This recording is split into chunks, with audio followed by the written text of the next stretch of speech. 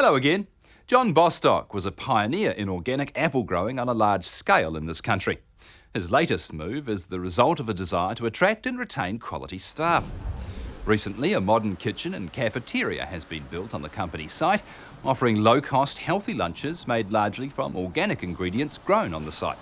John explains.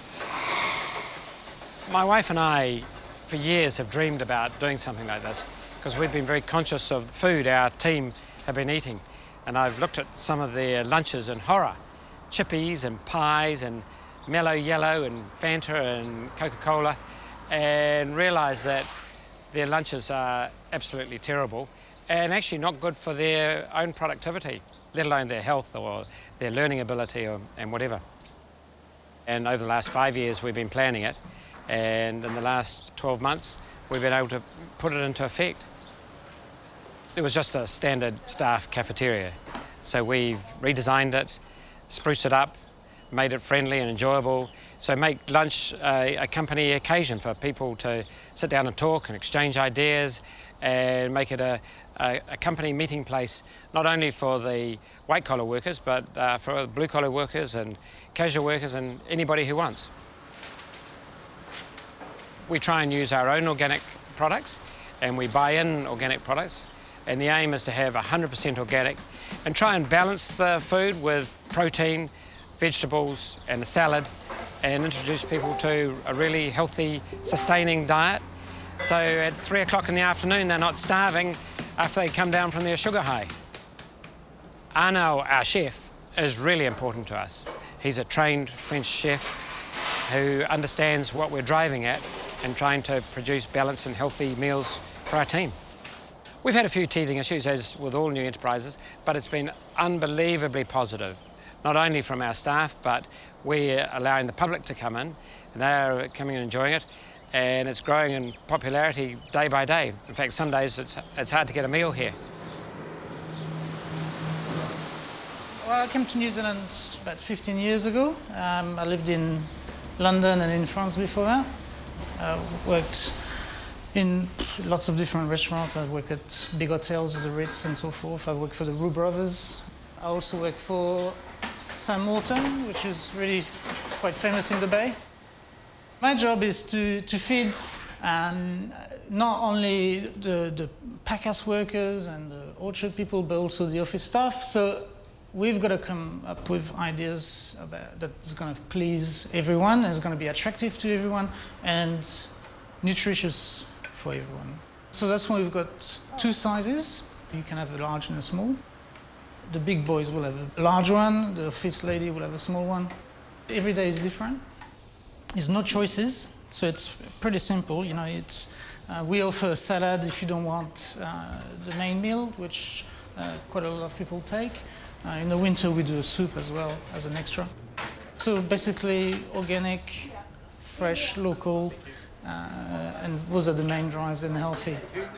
Luckily we produce quite a bit, so all the chickens, the pumpkin, the onions come from us already.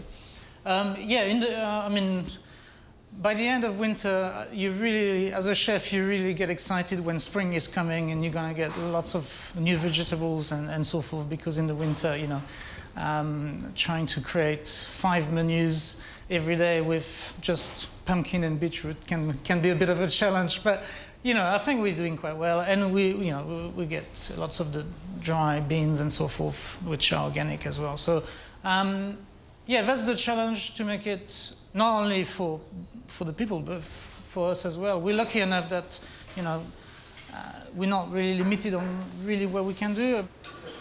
So, you know, we do lots of traditional dishes, you know, things that can be done in bulk, but, you know, I think we still offer good quality and nutritious and flavoursome food as well.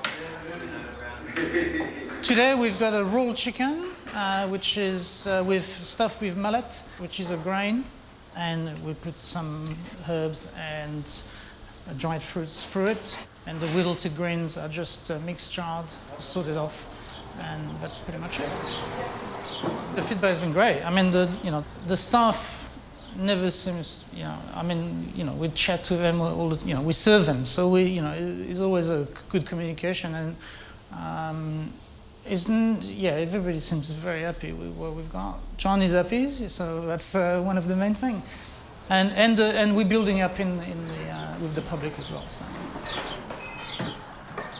We used to go down to the local drifting down the road, all the grease food, and spend a lot of money down there. I was spending around $140 a week, and yeah, that was a big whack out of my pay. With pies, chips, you name it, you name it, yeah. My kids at home, no, kids don't really like greens, but yeah, well, they're eating the greens now, slowly eating the greens. And our cook, he gives us different ways of making it nice for the kids.